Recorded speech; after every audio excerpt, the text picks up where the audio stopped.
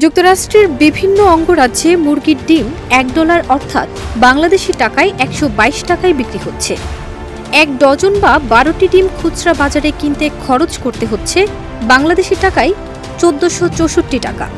রোববার বার্তা সংস্থা AFP এর এক প্রতিবেদনে এই তথ্য জানিয়েছে।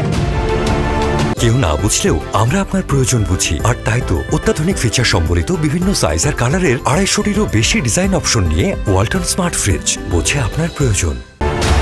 ওই প্রতিবেদনে বলা হয় 6 ফেব্রুয়ারি পর্যন্ত 1 ডজন সাদা ডিমের দাম ছিল $8, যা গত সপ্তাহে ছিল মাত্র $3।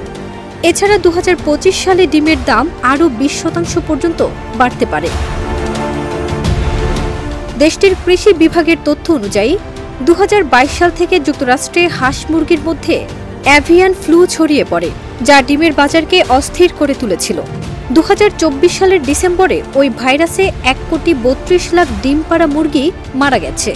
2022 ও 23 সালে প্রায় 7,93,00,000 মুরগি মারা গেছে বা বাধ্যতামূলকভাবে হত্যা করা হয়েছে, যার নেতিবাচক প্রভাব পড়েছে ডিমের দামের উপর।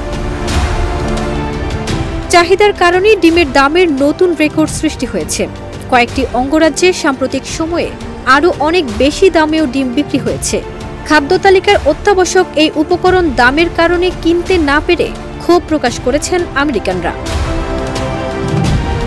কৃষি বিভাগ জানায়, অ্যাভিয়ান ফ্লু আক্রান্ত সন্দেহে 2,10,00,000 ডিম পাড়া মুরগি হত্যা করা হয়েছে, যার ফলে স্বভাবতই ডিমের দামের নেতিবাচক প্রভাব পড়েছে।